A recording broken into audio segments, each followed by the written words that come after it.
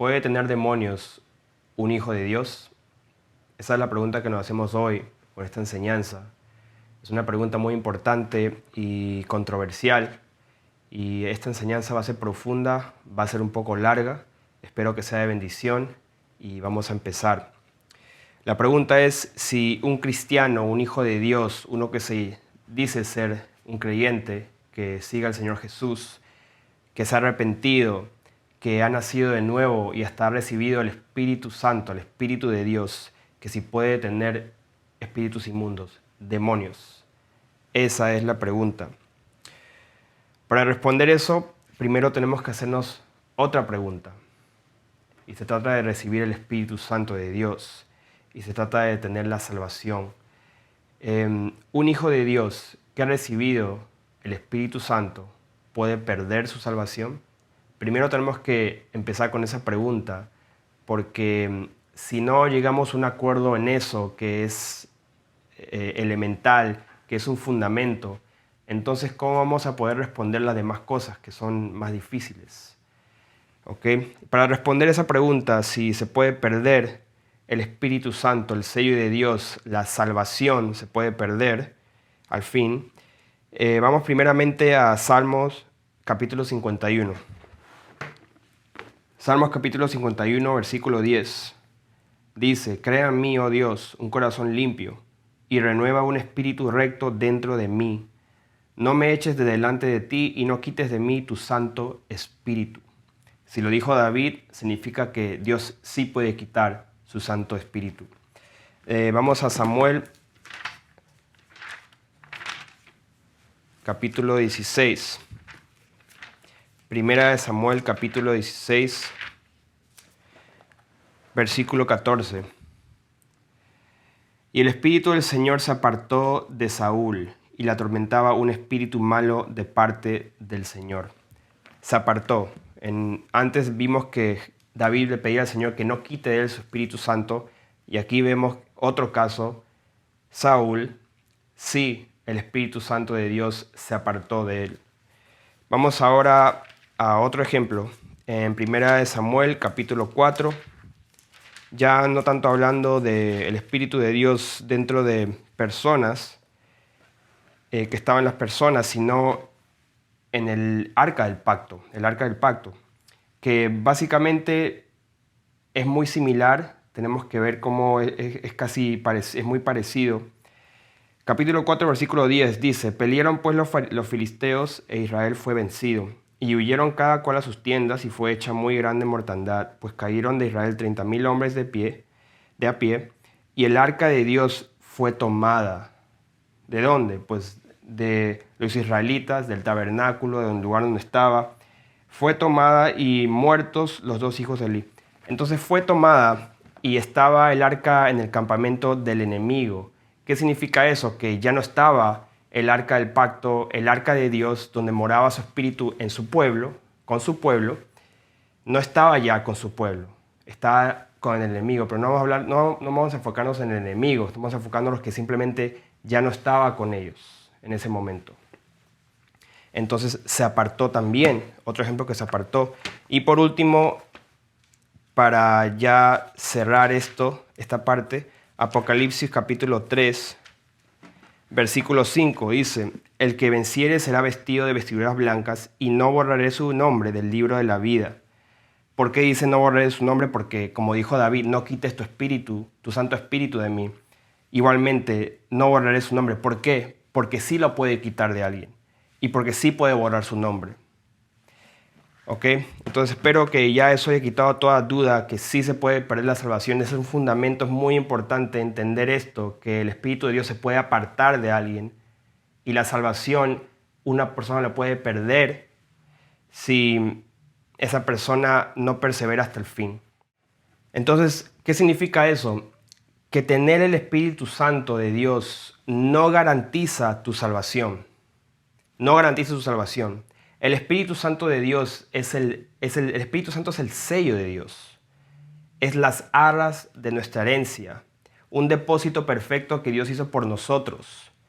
Si nos mantenemos fiel hasta el fin y peleamos la buena batalla hasta el fin.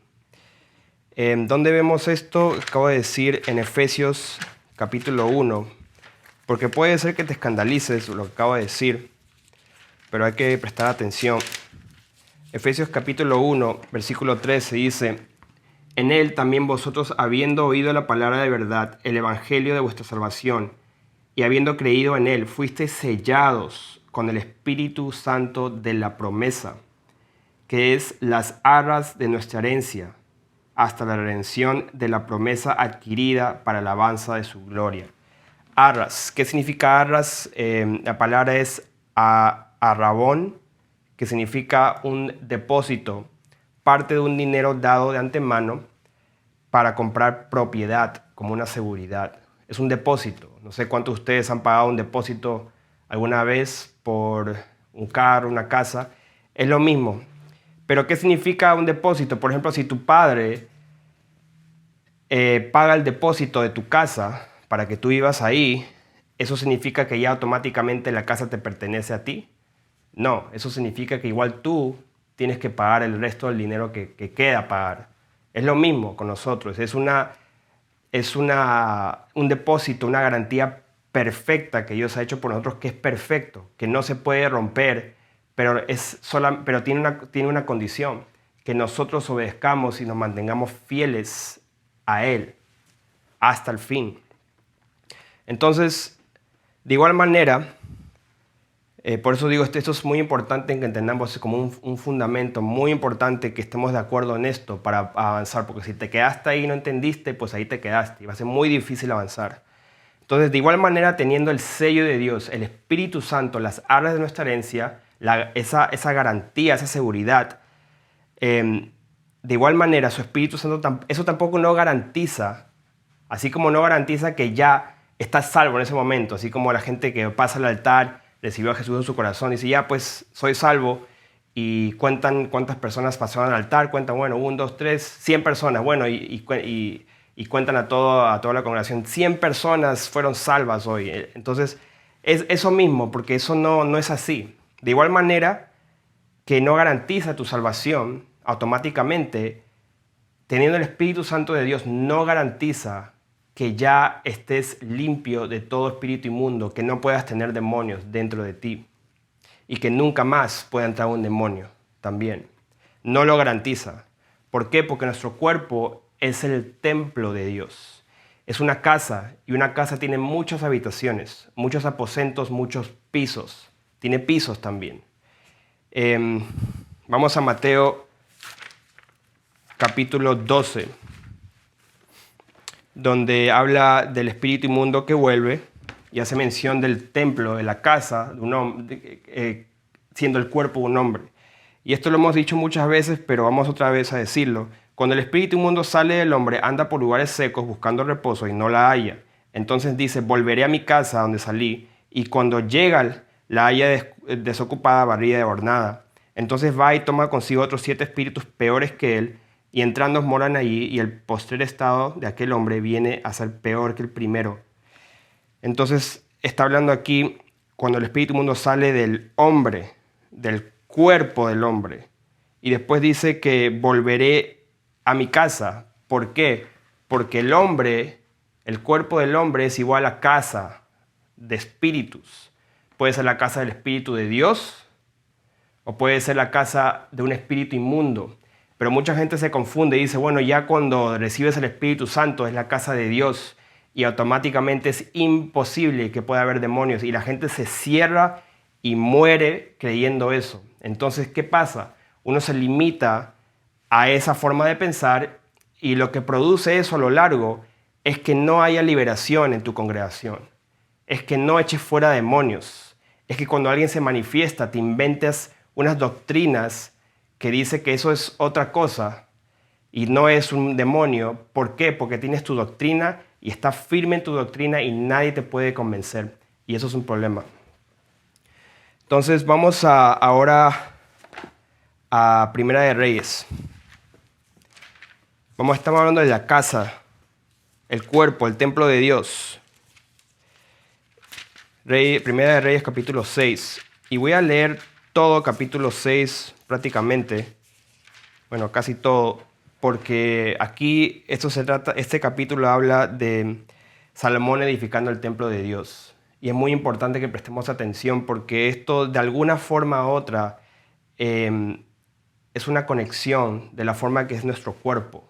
Si ustedes prestan mucha atención y analizan bien toda esta forma del templo, tiene mucho que ver con el cuerpo humano, porque de la forma que tuvo sabiduría Salomón, él no se lo inventó así nomás, eso vino de lo alto, esa sabiduría. Y hay una conexión al cuerpo humano. Entonces vamos a capítulo 6, versículo 2. Y voy a leerlo, así que lean conmigo por favor, porque voy a leerlo a una velocidad normal. La casa que el rey Salomón edificó al Señor tenía 70 codos de largo y 20 de ancho y 30 codos de alto. Y el pórtico delante del templo, ahí está, tienen que prestar atención cuando dice espacios, pórticos, aposentos.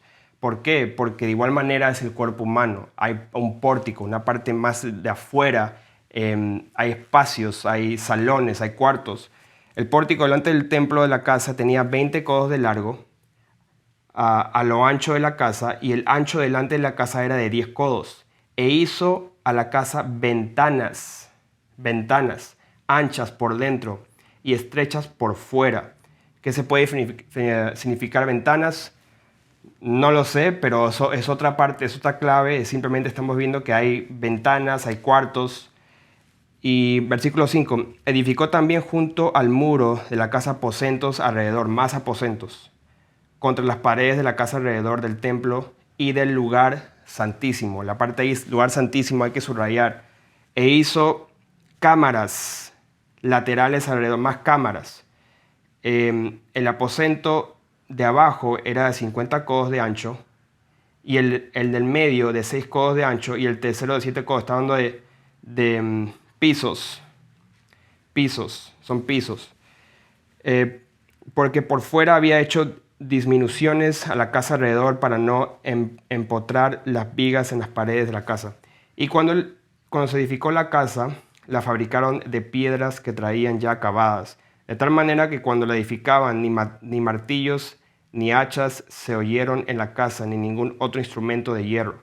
La puerta del aposento del medio estaba al lado derecho de la casa y se subía por una escalera de caracol. Escalera de caracol puede ser como la columna vertebral. Hay muchas cosas así parecidas al cuerpo humano. Acá tienen que analizar y simplemente no tienen que profundizar tanto, pero tienen que ver algo, tienen que analizar y tenemos que llegar a un acuerdo en algo muy importante, que hay muchos cuartos, hay muchos espacios, hay muchos lugares, pero hay solamente un lugar santísimo. Versículo 9. Labró pues la casa y la terminó y la cubrió con artesonados de cedro. Edificó asimismo el aposento alrededor de toda la casa, de altura de 5 codos, el cual se apoyaba en la casa con maderas de cedro. Y vino palabra del Señor a Salomón diciendo: con relación a esta casa que tú edificas, si anduvieres en mis estatutos e hicieres mis decretos y guardares todos mis mandamientos andando en ellos, yo cumpliré contigo mi palabra que hablé a David, y habitaré en ella, en ese templo, en medio de los hijos de Israel, y no dejaré a mi pueblo Israel. Eso es lo mismo hoy.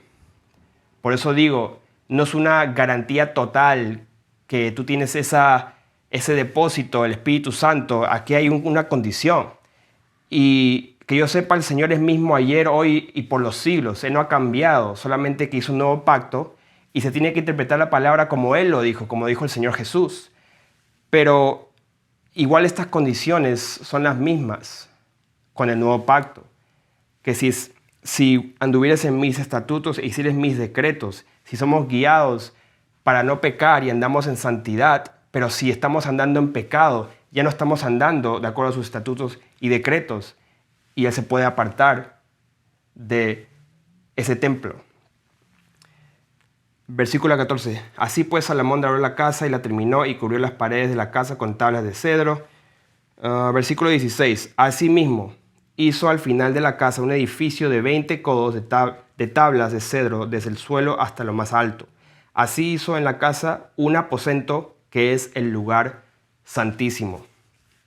La casa Esto es, el templo delante tenía 40 codos y la casa estaba cubierta de cedro por dentro y tenía entalladuras de calabazas silvestres y de botones de flores. Todo era cedro, ninguna piedra se veía.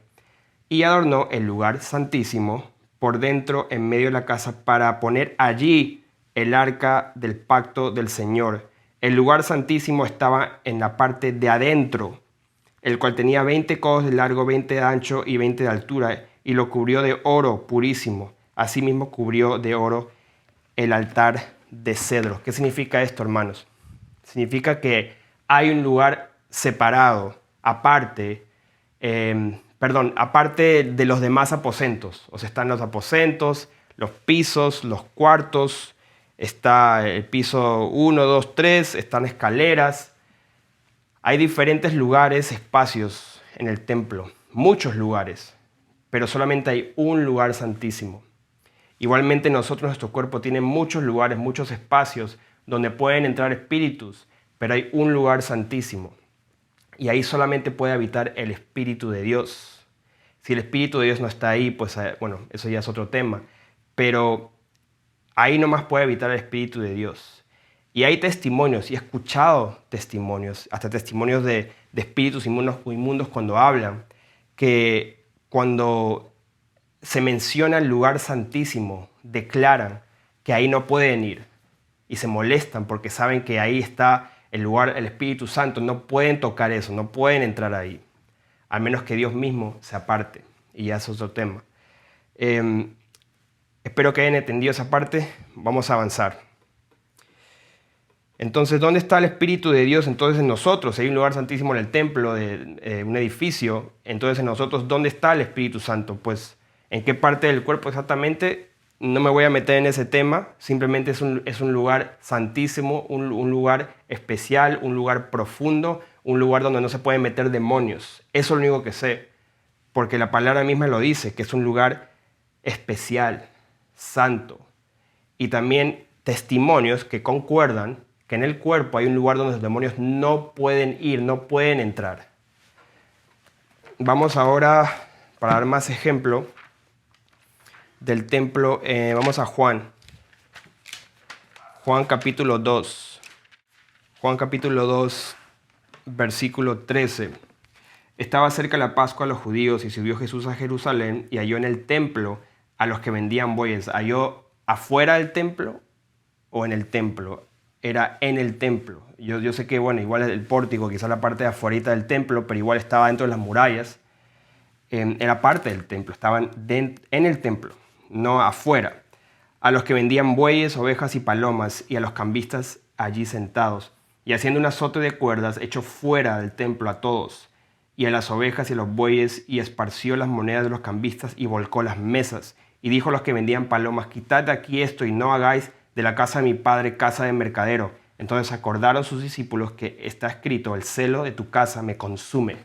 Igualmente el Señor tiene celo de nosotros, celo de sus hijos y celo de nuestros cuerpos, para que no habite ahí cosa inmunda. Pero igual aquí se veía que en el templo igual había inmundicia, había cambistas, había esta gente que estaba haciendo mercader. Hoy es lo mismo. Hay espíritus que están por ahí en diferentes aposentos, quizás en el pórtico, quizás ya en aposentos más adentro, porque son cosas más profundas en nuestra personalidad, en nuestro carácter, que tienen que salir y están bien arraigados ahí. Y cuesta más tiempo, pero Dios es celoso de nosotros y nos quiere purificar. Él quiere purificar a su pueblo, quiere que nos santifiquemos más. Como está escrito Apocalipsis, vamos a Apocalipsis, último capítulo de Apocalipsis, capítulo 22, versículo 11, dice: el que es injusto, sea injusto todavía; el que es inmundo, sea inmundo todavía; y el que es justo, practique la justicia todavía; y el que es santo, santifíquese todavía. ¿Por qué santifíquese? Porque tenemos que continuar hacia la meta, santificándonos. Es un proceso de santificación. Y el Señor está celoso de su pueblo y nos quiere para Él, pero Él nos ayuda, así como Él mismo hizo azotes y volcó las mesas y entonces botó a la gente que no tenía que estar ahí vendiendo cosas. Igual, a través de su Espíritu Santo, Él nos guía para que nos santifiquemos y nos llena de su Espíritu Santo, para que cuando seamos llenos de su Espíritu Santo, eso empiece a echar fuera toda inmundicia. Ahora voy a dar un ejemplo práctico de lo que estoy hablando. Esto representa, esta copa de vidrio, representa tu cuerpo, el cuerpo. Y adentro he puesto unas canicas y unos objetos ahí que representan espíritus inmundos, representan demonios que están en el hombre. Y el Señor no quiere que esto esté dentro de ti. Entonces, ¿qué pasa? Cuando uno se arrepiente, viene al Señor, confiesa sus pecados, es bautizado, recibe el Espíritu Santo. Cuando uno realmente recibe el Espíritu Santo, esto es lo que sucede. Lo que sucede es que el Espíritu de Dios empieza de esta manera. Empieza a ser derramado sobre ti y te vas llenando de su Espíritu Santo. ¿Y qué sucede? Pues naturalmente va subiendo a la superficie la inmundicia, los espíritus inmundos. Y ahí, como ves, como puedes ver, han subido. Pero ¿qué pasa? No sé si te fijas, pero abajo todavía quedan cosas. Entonces, ¿qué pasa? Pues cuando el Señor te llena de su Espíritu Santo, Él te va a cambiar, te va a dar un corazón nuevo para que ya no practiques el pecado, para que andes en santidad. Él te va a hacer recordar las Escrituras, va a traer a tu memoria y te va a decir lo que está bien, lo que está mal, para que no seas un niño influctuante y para que camines así como Él caminó. Él te va a dar el dominio propio y la fuerza. Entonces, estos espíritus inmundos que te llevaban a practicar voluntariamente el pecado tienen que salir. Y cuando eres lleno del Espíritu Santo, suben a la superficie y salen. Empiezan a salir. Y estos son los pecados, pues puede decir los pecados fuertes que ya un hijo de Dios no puede practicar. Y esos espíritus no tienen ya más lugar ahí. Suben a la superficie y salen fuera de alguna manera u otra. Pero ¿qué pasa? Hay todavía demonios aquí abajo. No sé si puedes ver que aquí abajo hay demonios.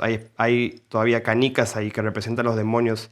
Y están bien metidos, bien arraigados a tu ser. O sea, están metidos en aposentos, en cuartos secretos. Y a veces tenemos que investigar qué está pasando. ¿Por qué pasa eso? ¿Por qué pasa lo otro? Y requiere una liberación. Requiere más tiempo, más dedicación. Requiere que tú ores y ayunes. Le pides al Señor, Señor, ¿por qué me pasa esto? Y Él te va a mostrar. Y cuando Él te muestra, lo que sucede es que hay una liberación. Y no es así de simple. Tenemos que ir ahí y empezar a sacar estas cosas. Y las sacamos. Y las sacamos. Y eso es el proceso de santificación. Y ahí todavía queda. ¿Ves? Todavía queda. Y estamos, hermanos, en un proceso de santificación. Entonces, a veces sucede que por mucho tiempo quedan todavía cositas. Cosas que tienes que arreglar en tu carácter. Cosas que el Señor permite para probarte. Puede ser que se quede un mensajero de Satanás ahí para humillarte un poco, para que no te la creas. Muchas razones, pero estamos en un proceso y requiere liberación, requiere que tú te limpies más y más y más. Y a veces tienes una liberación y hasta no te diste cuenta que el Señor ya te libró de algo. Y no sabes por qué lloras tanto, no sabes por qué sientes que sale un suspiro fuerte y sientes que salió un espíritu. Pero tú te postraste en la presencia de Dios y buscaste de Él y hallaste misericordia y oportuno socorro y salió ese espíritu. Pero mayormente para cosas así profundas es necesario liberación, o sea, que alguien ore por ti. De eso se trata, hermanos. Bueno, espero que eso haya ayudado. Vamos a continuar ahora. Vamos a continuar con la enseñanza, pero me gusta a veces ser práctico para que puedan entenderlo de una manera visual, porque así yo mejor comprendía en la escuela, visualmente. Ahora quiero hablar de algo muy importante. Continuando esta enseñanza, habíamos hablado de la salvación que se puede perder, del Espíritu de Dios que puede dejar a alguien. Lo hemos explicado y hemos comprobado eso con las Escrituras. Y de igual manera estoy mostrándoles que es un proceso de santificación y a veces no es así de fácil, no es así de simple. Hay diferentes aposentos, diferentes lugares, diferentes capas que tenemos que penetrar para llegar. Hay problemas que están bien arraigadas en nuestra personalidad, en nuestro pasado, y son espíritus, es algo espiritual. Ahora, ¿por qué estamos haciendo esta enseñanza? Bueno, por amor a todo el pueblo de Dios, por falta de conocimiento y también porque hay muchos detractores. Y no hacemos esto para responder a solamente los detractores, pero los detractores es parte de todo esto, porque ellos causan no solamente división, sino duda y confusión para que tú no puedas ser efectivo en el llamado que tienes. Y uno de los llamados básicos y elementales de todo creyente es que echarán fuera demonios. Tarde o temprano te va a tocar echar fuera un demonio. ¿Y dónde están los demonios? Mayormente pues se van a manifestar dentro del círculo de hermanos. Quizás más al principio del camino de ese hermano, pero hay un momento que se manifiestan. Entonces los detractores tienen estas características. Tienen 3 en particular que he escrito. La primera es que nunca han echado fuera un demonio. Entonces tienen que, cuando vean a un detractor que dice que no echen fuera demonios, que los cristianos no pueden tener demonios, que empieza con todo ese rollo, ese cuento, tienes que fijarte bien las características. Número 1, nunca han echado fuera un demonio. Número 2, nunca han tenido liberación. Y número 3, son sensuales. ¿Qué significa eso? Que no son guiados por el Espíritu de Dios. Y se nota que no hay poder, no hay autoridad, solamente es letra y solamente conocimiento humano que uno puede adquirir leyendo la Escritura, claro, pero no son guiados por el Espíritu de Dios, no tienen el Espíritu de Dios. Y se nota claramente. Pero lo que más tú puedes notar sin tener que discernir mucho es que nunca han tenido liberación y nunca han echado fuera un demonio. Y cuando yo digo nunca han echado fuera un demonio, ellos pueden decir, sí, yo eché fuera, yo dije fuera, y ese hermano de ella después de eso ya se sintió mejor. Yo estoy hablando con la clase de manifestaciones que menciona la palabra de Dios y que también son confirmadas por los hermanos que hemos tenido parte en liberación. Entonces, ¿cómo se manifiestan los demonios? Para que ustedes sepan cómo hablar de estos detractores y que analicen cómo se manifiestan los demonios. Vamos a Marcos, para empezar esta parte, Marcos capítulo 3, verso 11. Y los espíritus inmundos, al verle, se postraban delante de él y daban voces, diciendo, tú eres el Hijo de Dios. Lo primero que, una de las características cuando se manifiesta un demonio, no siempre va a ser una manifestación grande y bullosa, pero hay claves acá en la Biblia. Hay claves. Y cuando mencionan las claves, tienes que prestar atención.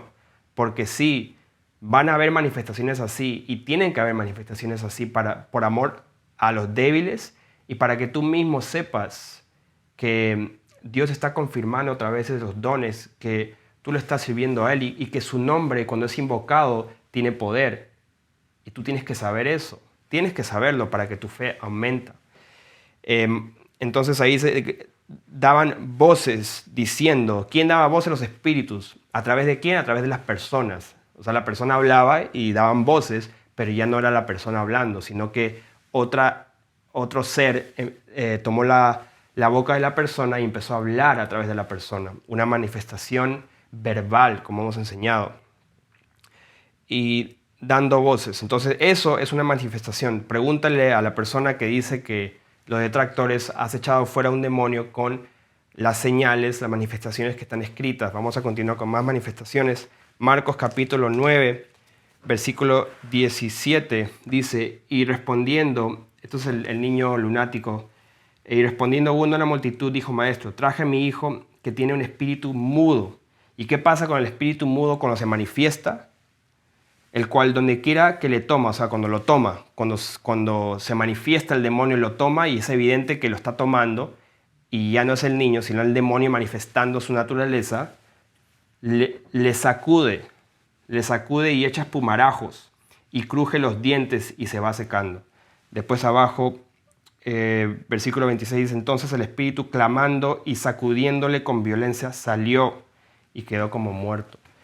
¿Qué sucede, hermanos? Que así igual como lo vemos en la vida hoy en día, lo que estamos viviendo, experimentando, pasa exactamente lo mismo. Empieza a gritar lo que tú puedes ver como que la gente está gritando, el hermanito está gritando, la señora está gritando. Es el espíritu inmundo que está gritando, hermanos, a través de la persona. Porque tú solamente ves la persona, ves la parte, el cascarón, el cuerpo, abriendo la boca y gritando, pero es el espíritu inmundo que está tomando control y está gritando, porque sabe que le llegó su hora, o se está manifestando, como en este caso el muchacho que se manifestaba, crujiendo los dientes, sacudiéndole, pero igual manera cuando el Señor sacó fuera al demonio, porque uno puede decir, bueno, lo sacude porque así pues esa es la enfermedad que tenía, pues igual manera cuando el Señor lo sacó, lo echó fuera, igual lo sacudió con violencia. La misma manifestación, pero con más violencia, porque el demonio estaba saliendo. Pero es una manifestación que vemos también hoy en día. Tienen que tomar nota de eso. Y entonces le pregunta al detractor, ¿has echado fuera demonios y alguna vez has visto, de acuerdo a las manifestaciones que están escritas, gritando, que la persona pierde control y grita, que está crujiendo los dientes, sale espumarajo, sale vómito, que sacude con violencia, se caen al piso y sacuden, se revuelcan? Esto pasa mucho hoy en día. Y es normal cuando realmente la presencia de Dios está fuerte ahí y un espíritu inmundo está siendo atormentado y tiene que salir fuera. Se manifiesta de diversas maneras, pero estas cosas son normales. Vamos a continuar. De ahí Hechos, otro testimonio para ver cómo se manifiestan. Hechos capítulo 8. Versículo 7 dice, porque de muchos que tenían espíritus inmundos salían estos dando grandes voces. O sea, básicamente cuando salían de la persona, salían como gritando. Entonces, cuando detractores ven videos de gente gritando porque están siendo expulsados los demonios, dicen, no, eso es puro carismático, pentecostal, y se inventan unos nombres cuando están gritando, porque el demonio está gritando porque está saliendo, porque son alientos, son espíritus, son neumas, es como un suspiro que sale una fuerza de la persona, sale y sale fuera. Y gritan. Cuando la persona pierde el control porque ese espíritu es fuerte y sale, gritan el espíritu y la persona, a través de la persona está gritando. Entonces, los detractores tienen que tener mucho cuidado porque no saben lo que están hablando. Y ustedes que a veces se puede llegar a una discusión, que no es bueno, no lo recomiendo, pero va a tocar, porque en la congregación va a haber gente que duda, va a haber gente que dice, no tienes que hacer eso. No. De cualquier manera van a dudar y van a sembrar duda y confusión. Entonces, nunca han tenido liberación y nunca han echado fuera un demonio de acuerdo a las manifestaciones que estamos dando, que son las evidentes, las que cuando tú ves, tú dices, eso es poder de Dios. No puedo negarlo que eso es de Dios, así como Simón el mago vio que cuando ponían las manos recibían el Espíritu Santo y echaban fuera demonios. Ahí mismo empieza a hablar de Simón. Pero había un hombre llamado Simón que antes ejercía la magia y vio y se asombró, porque vio que claramente salían demonios. No es que le contaron, sí, este hombre echa fuera demonios y después la persona se sintió mejor. No, o sea que él vio a la persona gritando, el demonio saliendo, y ya no era la persona que estaba hablando, que estaba gritando, era un demonio. Son cosas evidentes que no se pueden cuestionar, son irrefutables, son experiencias que uno ha vivido en carne propia y las otras personas también están experimentando lo mismo porque están viendo a la persona manifestándose, ese demonio manifestándose. Y lo digo de esta manera porque quiero que quede bien claro. Entonces, los detractores usan, entonces, ¿qué usan para defenderse o para excusarse, para justificarse? Vamos a 2 Corintios. No tienen mucho que usar realmente, simplemente dicen que no porque no es posible, que puede, no porque no, o sea, no te dicen por qué. Pero cuando usan Biblia, bueno, usan casi siempre lo mismo, no usan nada nuevo. Segunda de Corintios capítulo 6, versículo 14. No os unáis en yugo desigual con los incrédulos, porque qué compañerismo tiene la justicia con la injusticia, y qué comunión la luz con las tinieblas. Bien poético, ¿no? Usan eso para este tema. O sea, lo usan fuera de contexto. Y qué concordia Cristo con Belial, y qué parte del creyente con el incrédulo, y qué acuerdo hay entre el templo de Dios y los ídolos, porque vosotros sois el templo de Dios viviente.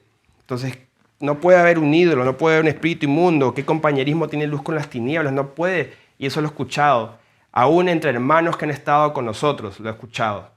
Cuando poco a poco se empezaban a apartar, y cuando yo veía que hablaban, esta era una de las cosas que hablaban fueron estas, y citaban esto, y decían no, y me acuerdo que decían, ¿por qué tiene manifestaciones? Él ya debería estar bien. Ella aceptó al Señor, se ha arrepentido, ya vive en santidad y obedece al Señor. ¿Por qué sigue eso? Algo está mal. Decía, no, eso no es de Dios, porque qué compañerismo. Y hermano, ¿dónde están esos hermanitos hoy día? ¿Dónde están esos hermanitos hoy día? Entonces, vamos a avanzar. No se puede negar que los demonios existen, si no tendrías que negar las Escrituras totalmente. Entonces, quiero hacer unas preguntas a los detractores, y esto no me estoy enfocando en los detractores, sino que esto es para enseñar.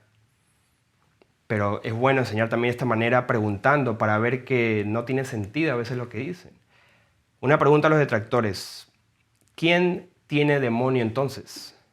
Si un hijo de Dios, un cristiano, un creyente, no tiene demonio, entonces, ¿quién tiene demonios?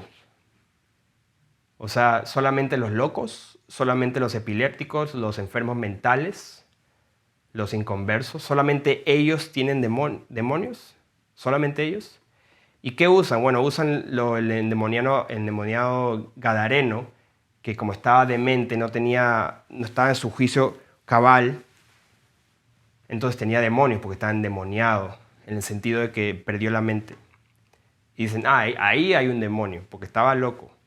El niño lunático, porque era mudo y tonto, no respondía a su padre, lo tomaba el demonio, tenía epilepsia. O sea, ahí se ve un demonio, ese sí. O el ciego y mudo, vamos a Mateo 12, el ciego y mudo, ese sí tiene demonio.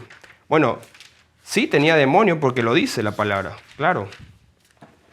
Capítulo 12 de Mateo, versículo 22. Entonces fue traído a él un endemoniado ciego y mudo, y le sanó de tal manera que el ciego y mudo veía y hablaba. Dice, no, ese sí tiene demonio. Entonces ahora, estas personas que vamos a mencionar ahora, también estaban dementes, locos, epilépticos, no eran creyentes. Vamos a primer ejemplo. Estas personas, Lucas capítulo 8, también estaban así, estaban locos.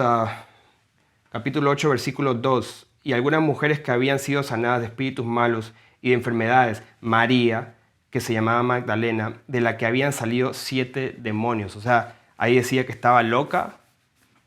¿Tú crees que era una loca? Era una demente, epiléptica, muda, ciega, sorda. ¿Crees que era todas esas cosas o simplemente salieron 7 demonios? ¿Y crees que era inconversa? ¿Tú crees que ella no creía en el Señor? ¿Tú crees que el Señor era movido por incredulidad? Piensa, Marcos capítulo 1. Marcos capítulo 1, versículo 23, dice, pero había en la sinagoga de ellos un hombre con espíritu inmundo que dio voces, diciendo, ¿qué tienes con nosotros, Jesús Nazareno? ¿Has venido para destruirnos? Sé quién eres, el Santo de Dios.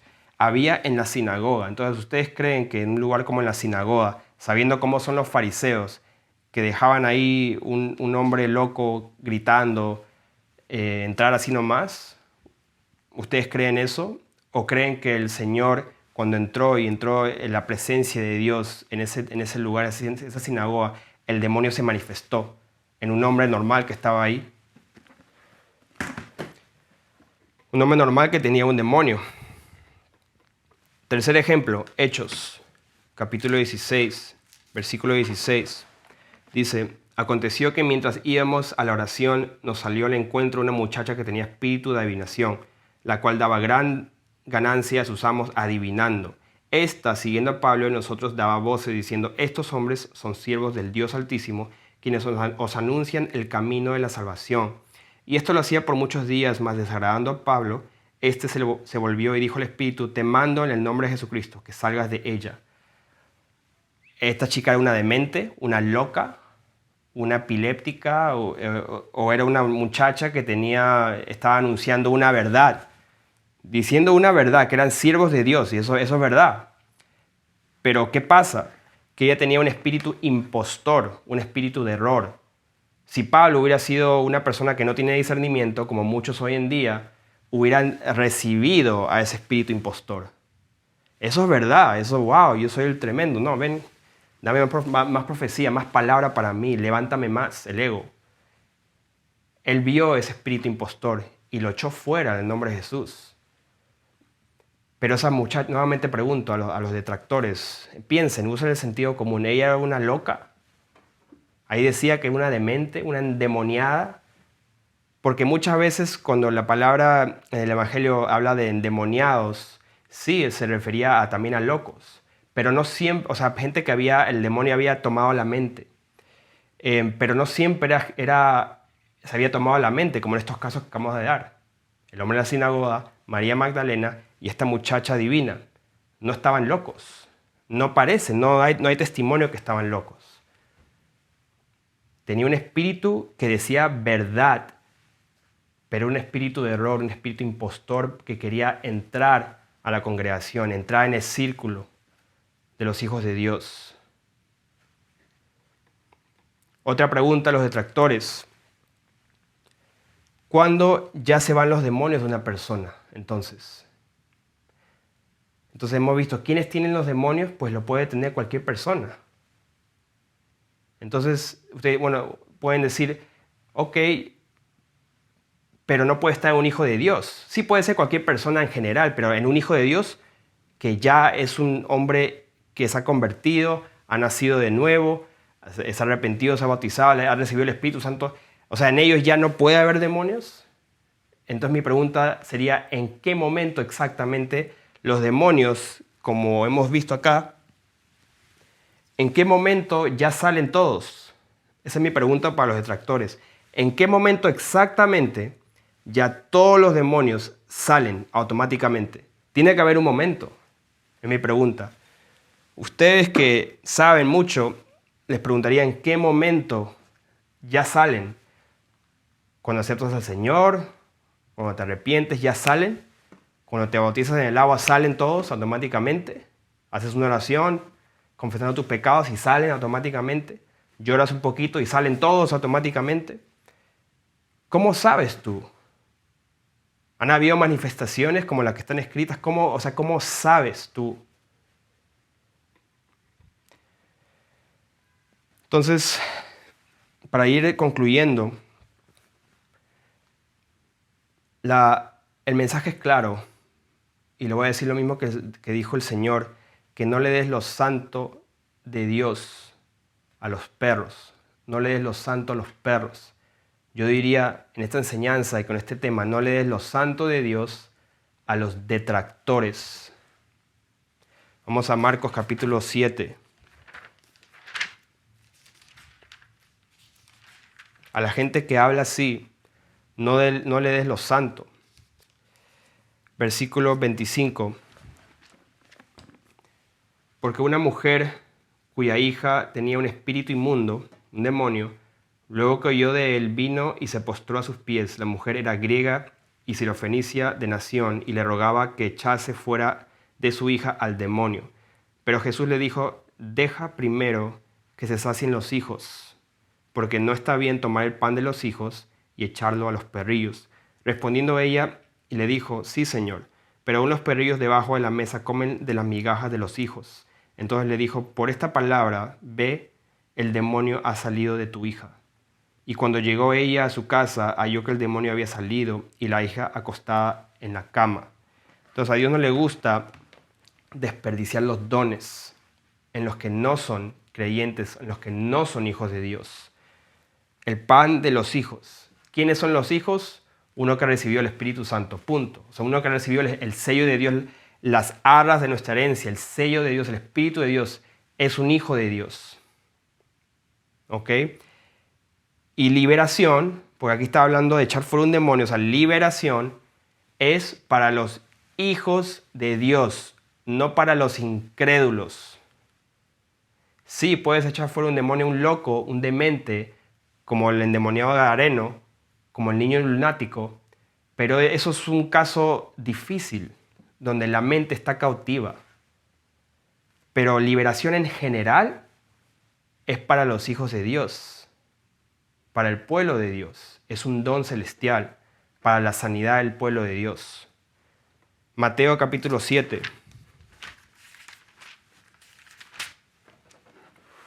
Versículo 6 dice: no deis lo santo a los perros, ni echéis vuestras perlas delante de los cerdos, no sea que las pisoteen y se vuelvan y os despedacen. Muy importante, no sea que las pisoteen ¿a qué? O sea, que desperdicien los dones, que menosprecien los dones celestiales. A Dios no le gusta desperdiciar sus dones. Y encima, que vuelvan después de menospreciar y pisotear los dones del Señor,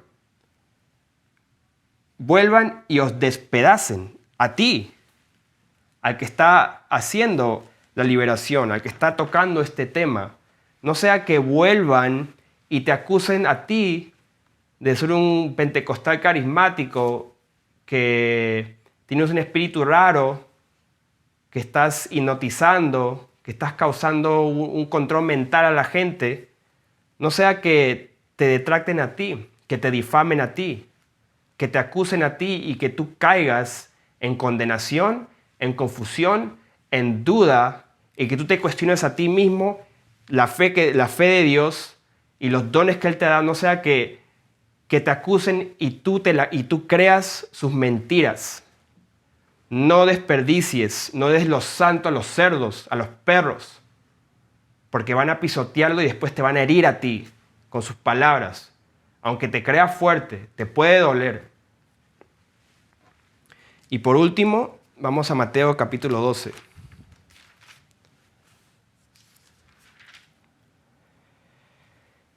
Esto ya es lo último que quiero decir a los detractores, y es una advertencia, pero también, como digo, es para enseñar al pueblo de Dios sobre este tema. Mateo 12, versículo 22. Entonces fue traído a él un endemoniado ciego y mudo, y le sanó de tal manera que el ciego mudo veía y hablaba. Y toda la gente estaba atónita y decía: ¿será este aquel hijo de David? Mas los fariseos, al oírlo, decían: este no echa fuera los demonios, sino por Belcebú, príncipe de los demonios. Hermanos, vamos a hablar un poquito de este tema, que no es la enseñanza de hoy, la blasfemia del Espíritu Santo, pero vamos a tocarlo brevemente en este tema porque es el tema. El hecho fuera un demonio, ciego y mudo. Un hombre ciego y mudo es una persona que está media loca, se podía decir también, ciego y mudo. Y le trajeron, cuando lo sanó, echó fuera el demonio, y el hombre, al resultado de que el demonio salga, fue sanado. Y en este acto, los fariseos dicen: no lo echa fuera, sino por el espíritu de Belcebú, el príncipe de los demonios. En ese contexto estaba hablando. Y algo muy parecido pasa hoy en día con los detractores, con los cerdos y los perros que pisotean las perlas, los dones de Dios, menosprecian los dones y vuelven y te pueden decir cosas así, porque si a él le dijeron Belcebú, ¿cuánto más a ti? ¿Cuánto más a ustedes? Y puede doler que te digan, puede doler que te difamen, puede doler que te hablen mal de ti, y puede doler cuando otros hermanitos le crean a ellos y ves que sus corazones cambian contigo. Sabiendo Jesús los pensamientos de ellos, les dijo: todo reino dividido contra sí mismo es asolado, y toda ciudad o casa dividida contra sí misma no permanecerá. Y si Satanás echa fuera a Satanás, contra sí mismo está dividido. ¿Cómo pues permanecerá su reino? Y si yo hecho fuera de los demonios por Belcebú, ¿por quién los echan vuestros hijos? Por tanto, ellos serán vuestros jueces. Pero si yo, por el Espíritu de Dios, echo fuera de los demonios, ciertamente ha llegado a vosotros el reino de Dios. Si por el Espíritu de Dios echas fuera demonios, ha llegado el reino de Dios. Esto es muy importante. Es una señal que se ve con manifestaciones, dando grandes voces, sacudiendo con violencias, espumarajos, crujiendo los dientes, hablando, cuando oyendo a las personas hablando, el demonio habla. Muchos testimonios se manifiestan y los echas fuera. Y cuando eso pasa, sabes que ha llegado el reino de Dios. Y cuando alguien habla en contra de eso, hermanos, cuando alguien habla en contra de eso, está así de cerca de blasfemar en contra del Espíritu Santo, algo que no tiene perdón, ni hoy ni nunca, de acuerdo a lo que dijo el Señor Jesús. Y eso es muy peligroso.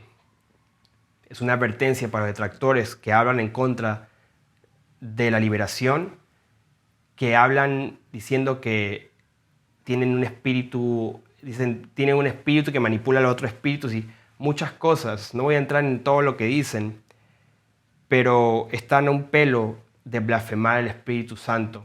Y cuando lo hacen, quedan ciegos. Y Dios se encarga de mandar a sus ángeles que haga que se queden ciegos. Entonces la respuesta es igual de siempre, déjalos. Pero a la vez quería tocar estos temas porque quería enseñar esto para que sea irrefutable, para que entiendan, para que puedan ver que no solamente los locos, epilépticos, dementes tienen demonios, y para nada los inconversos. ¿Por qué? Porque vemos claramente que esto es para los hijos de Dios. Dios no le gusta desperdiciar. La madre de la hija vino y la madre tenía fe. Ella creía totalmente en el Señor, que podía sanar a su hija. Es una creyente. Y él dijo, esto es para los hijos. ¿Qué hijos está hablando el Señor? Pues sus hijos, su pueblo. Nada ha cambiado. Nosotros hemos cambiado con doctrinas falsas. Así que espero que esto haya sido bendición para ustedes, queridos hermanos. Y vamos a estar haciendo más temas de esto, si Dios permite, pero creo que es necesario que tengamos un mismo sentir para que avancemos, porque estamos muy limitados, el pueblo de Dios, en este tema, me he dado cuenta, y me gustaría avanzar, quisiera que ya avancemos. Yo creo que muchos de nosotros queremos avanzar, pero estamos un poco lentos por amor a los débiles y a los escogidos, que aún tienen duda y confusión. Ok, hermanos, Dios los bendiga a cada uno de ustedes.